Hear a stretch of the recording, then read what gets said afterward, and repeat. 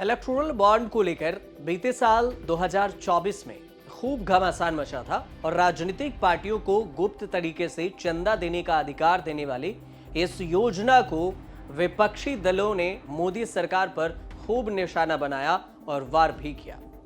विवाद इतना बढ़ा कि मामला पहुंच गया सुप्रीम कोर्ट। सुप्रीम कोर्ट ने 15 फरवरी 2024 को इसको असंवैधानिक बताते हुए रद्द कर दिया कि इलेक्टोरल बॉन्ड जैसी कोई चीज नहीं होगी।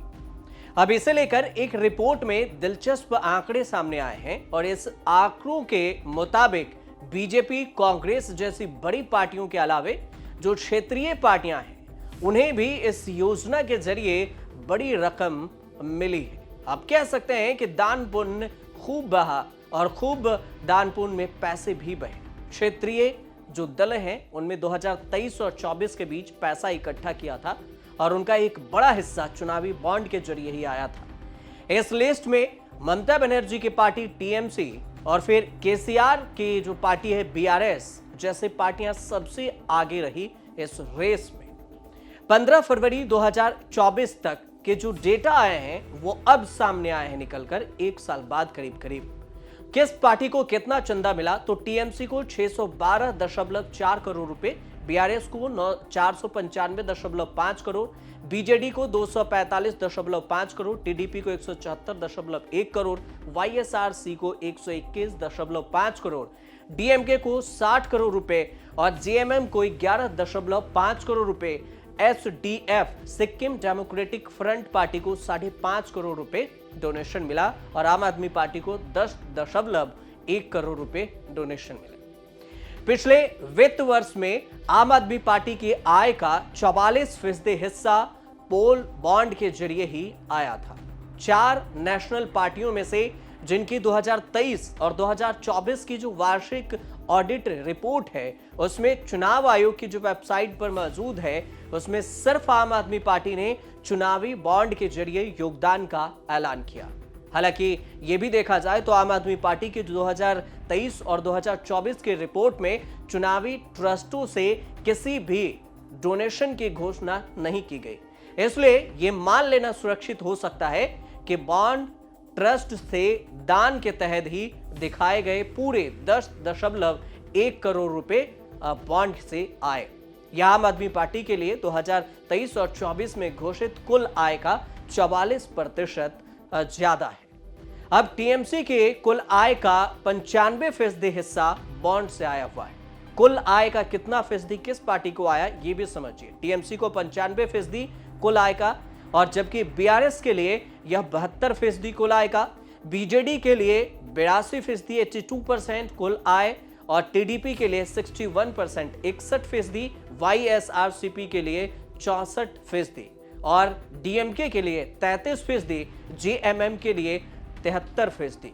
2023 और 2024 और 2022 और 2023 की जो वार्षिक ऑडिट रिपोर्ट है इसकी तुलना से यह पता चलता है कि किस पार्टी को कितना फायदा हुआ और कितना नुकसान। चुनावी बॉन्ड से टीएमसी को 88% का इजाफा हुआ, बीजेडी को 61% का, वाईएसआरसीपी के लिए 133% का और टीडीपी के लिए 412% का इजाफा हुआ। जेएमएम के लिए 858% का इजाफा देखने को मिला है। बहुत बड़ा इजाफा है ये। अब एसडीएफ ने 2022 और 23 में बॉन्ड के माध्यम से किसी भी दान का ऐलान नहीं किया कि उसे डोनेशन नहीं मिले। हालांकि चुनावी बॉन्ड के जरिए जो डीएमके है उसे पिछले साल के तुलना में 2023 और 2024 में 67% की गिरावट भी आई और जबकि बीआरएस में 6.3% की ही मात्र गिरावट आई। 4 पार्टियां हैं जो राष्ट्रीय पार्टियां, उसमें बीएसपी, आम आदमी पार्टी, सीपीएम और नेशनल पीपल्स पार्टी जो एनसीपी के जरिए साल 2023 और 2024 के लिए घोषित कुल आय के संबंध में बीएसपी की आय सबसे ज्यादा 64.8 करोड़ रुपए जो कि 2022 और 23 में 29.3 करोड़ रुपए से ज्यादा है।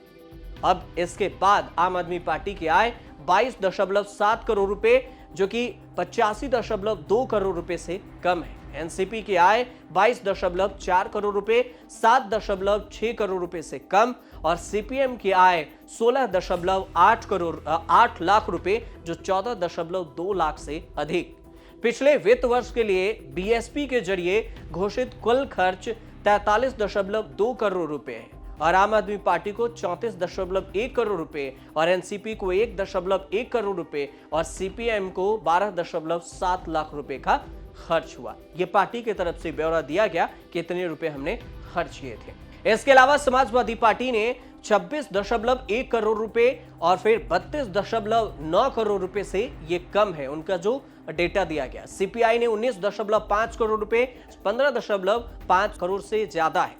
इसके अलावा भी पार्टियां हैं और जिन्होंने अपने अपने फंड से ऐलान किया। 2023 और 24 में वाईएसआरसीपी ने 295.8 करोड़ रुपए, बीआरएस ने 254.9 करोड़ रुपए, टीएमसी ने 231.5 करोड़ रुपए और डीएमके ने 200 करोड़ रुपए, टीडीपी ने 121.1 करोड़ रुपए, बीजेडी ने 44 करोड़ रुपए और फिर एसपी समाजवादी पार्टी ने 39.4 करोड़ रुपए, सीपीआई ने 13.8 करोड़ रुपए खर्च किए। ये ब्यौरा दिया गया एक साल में। अब आप ये भी सोच रहे होंगे कि सबसे ज्यादा किस कंपनी ने डोनेशन दिया। आपको 5 से 6 कंपनी ऐसी है जो 5 कंपनी के बताते हैं जो सबसे ज्यादा डोनेशन दिया। उसमें एरेसो मित्तल है। एरेसो मित्तल निपन ने 100 करोड़ रुपए का डोनेशन दिया। इसके बाद डीएलएफ है 99.5 करोड़ रुपए का। उसके अलावा माथा प्रोजेक्ट है जो करीब 75 करोड़ रुपए का डोनेशन दिया। मारुति सुजुकी जो 60 करोड़ रुपए का डोनेशन दिया है और सीईएससी जो कंपनी है वो 60 करोड़ रुपए का डोनेशन दिया। लेकिन अब सवाल यह भी बन जाता है कि इन 5 कंपनियों ने सबसे ज्यादा डोनेशन किस पार्टी को दिया। अब यह भी समझ लीजिए कि सबसे ज्यादा इन 5 कंपनियों ने डोनेशन किस पार्टी को दिया।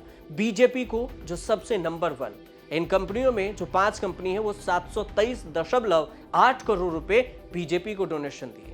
दूसरे नंबर पर कांग्रेस पार्टी 156.35 करोड़ रुपए और तीसरे नंबर पर बीआरएस है 85 करोड़ रुपए और चौथे पर वाईएसआर कांग्रेस है 72.5 करोड़ रुपए और पांचवें पर टीडीपी है 33 करोड़ रुपए और छठे पर जनसेना है पवन कल्याण की पार्टी 5 करोड़ रुपए। इन सबको डोनेशन दिया गया।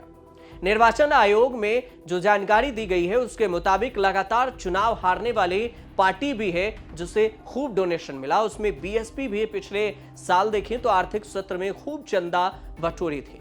पार्टी ने चुनाव आयोग को 64.8 करोड़ रुपए की जानकारी दी, जबकि इसे 2022 और 2023 में 29.3 करोड़ रुपए ही मिले थे। वैसे ही पार्टी फंड में चंदा की बात कोई नहीं होती कि कितने पार्टी कौन कहां से चंदा देगा, लेकिन हर पार्टियों के पास पैसा आते हैं और शायद इसका डेटा भी अब आपको नहीं मिल पाएगा क्योंकि चुनावी बॉन्ड का जो जरिया है वो भी खत्म हो चुका है। और कौन सी पार्टी चाहेगी कि वो खुलेआम ये ब्यौरा दे कि हमने इतने करोड़ रुपए के डोनेशन लिए हैं और इस कंपनी से डोनेशन लिए हैं। तो फिलहाल ये जो डेटा थी, ये आंकड़े थे, वो काफी दिलचस्प थी। अगर आपको रिपोर्ट सही लगी हो तो चैनल को सब्सक्राइब कीजिए, शेयर कीजिए और कमेंट करके हमें जरूर बताइएगा कि आपको ये रिपोर्ट कैसे लगी। और देखते रहिए न्यूज़ तक।